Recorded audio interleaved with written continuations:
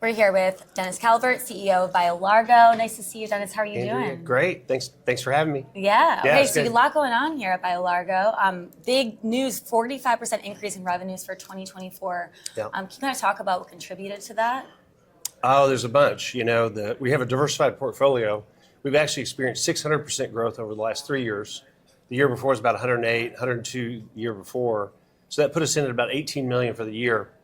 The number one contributor to that is our pet product that we developed and formed a partnership to create national marketing called Pooph, P-O-O-P-H.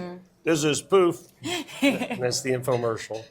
Anyway, that product's in about 40,000 stores now, and it's the fastest growing product in the pet space, and it represents a technical breakthrough. So our company is focused on doing things that make impact, things that make life better, safe and clean, safe for people, good for human health.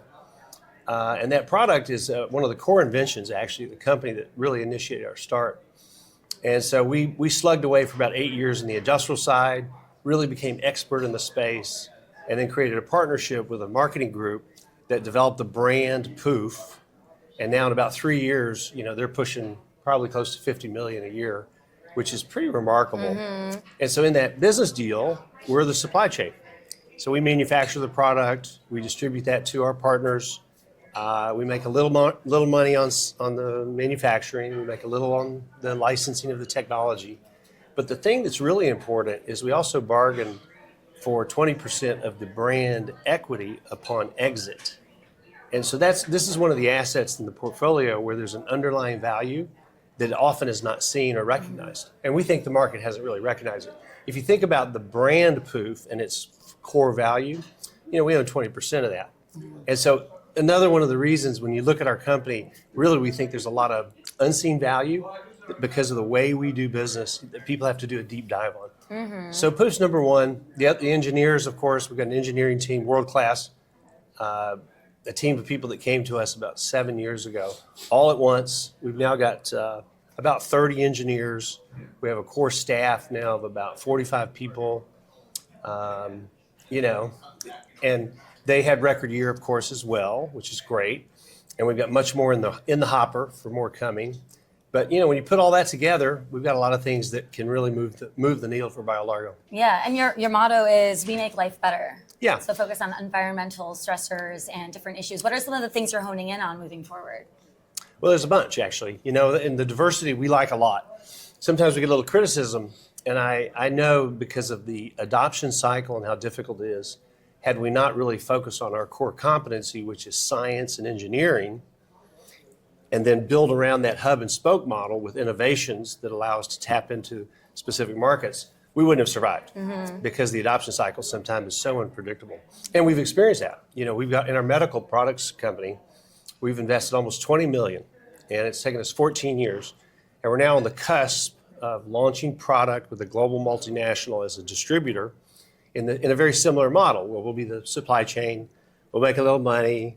They've agreed to launch that in a global way if they get a first right of refusal. And so that's a cozy relationship where you can tap into the reputation and the distribution capability of a global multinational to really expand so rapidly in a very high margin way, right? So that's the trick. So when we talk about our company, we talk about technology, highly qualified people, capital conserving strategy, right? And ultimately technology that's designed to move the needle as a high impact technology. Every one of the assets in the portfolio, we believe, has a chance to be number one in their respective market. And so we talk about purpose.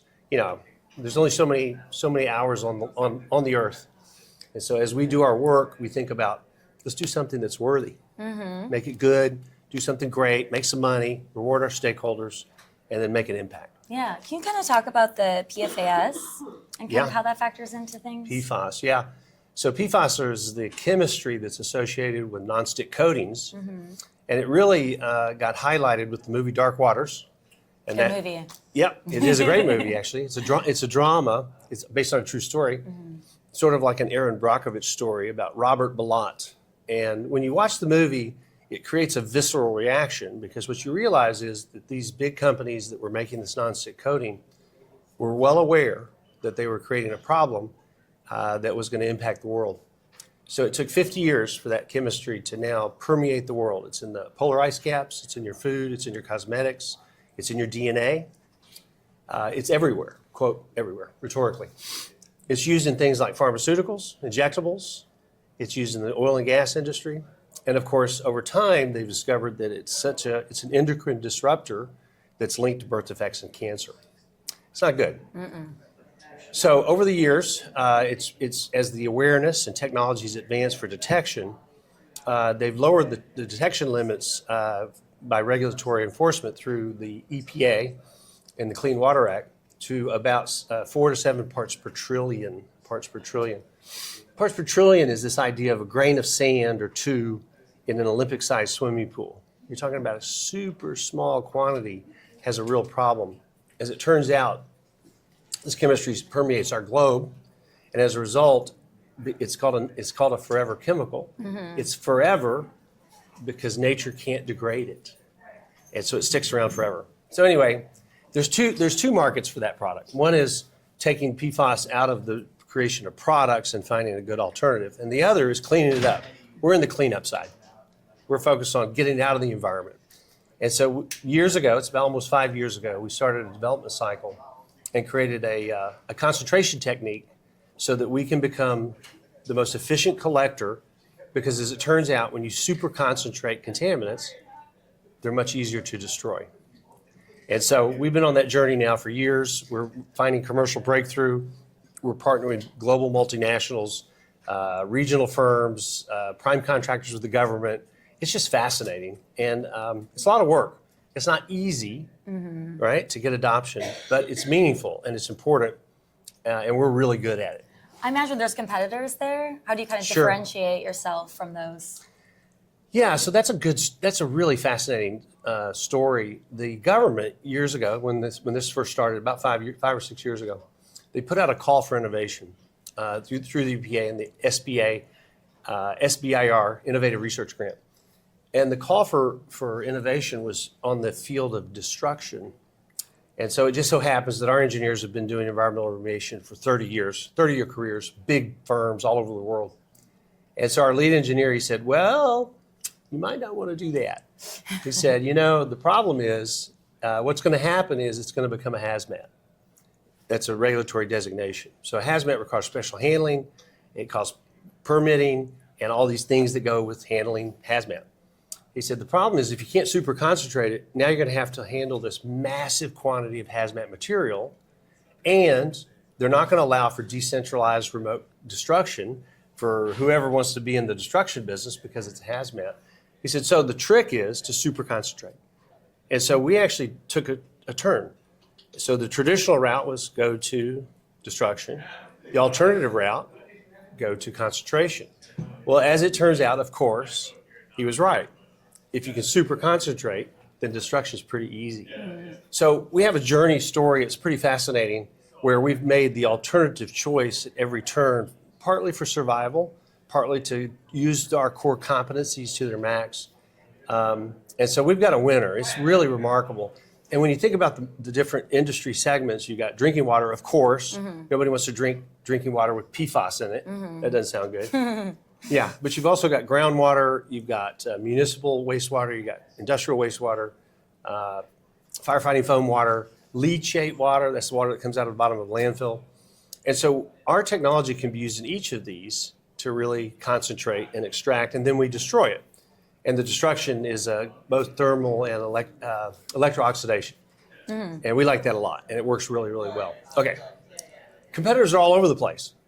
And so they're using all sorts of things like supercritical water. So that's water under extraordinary pressure and heat, and it super liquefies and it destroys molecular structures. It runs at super high pressure, all sorts of technical things that make it difficult, really hard to scale. There's also foam fractionation where they bubble it up and they foam it and they collect it. Then you got this massive quantity of foam. Most of the adoption has really relied upon carbon and ion exchange, which are incumbent technologies. And the problem is they're just not really well suited. So what happens is they can do a job, but they create a massive waste stream. So when we compare our technology and our solution to that, we're producing like a little beaker of contamination versus a truckload of contamination. What are you going to do with the hazmat? See, that's the whole thesis. We just did a case study in leachate where we reduced the cost of collection and destruction, which means reduced handling, right? As much as 90% on the life cycle cost. So it's an astonishing claim. And so we believe that technology will find adoption globally. Yeah, and it's funny when you talk to engineers and business people, they love it. And so that's the trick. You gotta stay alive long enough to get some adoption and build your credibility, establish yourself in the market. And so we're steadfast. And again, that diversity in our portfolio allows us to do that. If this is the only asset we had in our portfolio, we probably would have died. Yeah. Well, you're here at the LD Micro. Any other kind of points that you think you want people to know about? I think we should talk about financials Yeah. a little bit, Yeah, sure. and then how that's shaping your past performance and kind of what's coming up. Sure. So let's talk. And you know what shareholders are not liking right now. So let's address that Sure. and Yeah. then move it to a positive statement. Sure. Zoo, take two. All right, let's cover financials a little bit. Can you kind of give us an update on that? Yeah, so the company has really done remarkably well in so many ways. While we have assets that are generating positive cash flow, our pet product and our industrial odor control and VOC control product, which is that Pooph product, generated a net cash flow last year of about $5.9 million.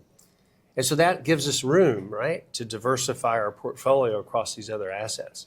So we use the word investing. Really, we're an investor. We invest in PFAS. We invest in battery tech. We invest in medical. In fact, in the medical company, the total invested capital is about $20 million. And even this last year, we've invested almost $1.8 million alongside other investors to advance that product to the marketplace. We purchased a couple $1 million worth of equipment. And so if we weren't expanding our portfolio, we would be making money. But we're investing because these assets are so dramatic. And so, we ended the year with a cash position of something like $3.6 million, almost no debt, net shareholder equity of about $6 million, 18 million or so in revenue. And every year, our net shareholder equity is increasing. And as we see some dramatic adoption of some of these assets that we're still investing in, we'll be generating positive cash flow and profit. That's the goal, of course. But you have to be careful because we are also investing at venture stage in some of these assets. And so, we're long thinkers. And we always say if you take a deep dive, you'll love our company. If you really peel the onion, because you'll see purpose, you'll see a very conservative strategy, a methodical approach. We're just really pretty predictable people. But the ability to coalesce such talent, again, we've got 10 or 12 PhDs and 27, 30 engineers, and it's a bunch of really smart people. And so when we look at a problem, we always say there's a problem. There's not really almost anything that we couldn't do, rhetorically. There's something we can't do, but it's such a brain trust. And so again, when you attach purpose, a strategy, a little bit of capital, you can just move mountains. And so that's our company. We're moving mountains. Now it's taken a long time. That'd be the criticism. That's the one thing I apologize. I'm just so sorry it took so long. But the reality is it's so meaningful. And once they find that adoption cycle, the revenue escalates so rapidly and it's such high margin business. And so we're in a great spot and we're in it to win it. Yeah, and it's win it. I love ending on that. Well, thank you so much, Dennis, for stopping by. Enjoy the conference. Thank you.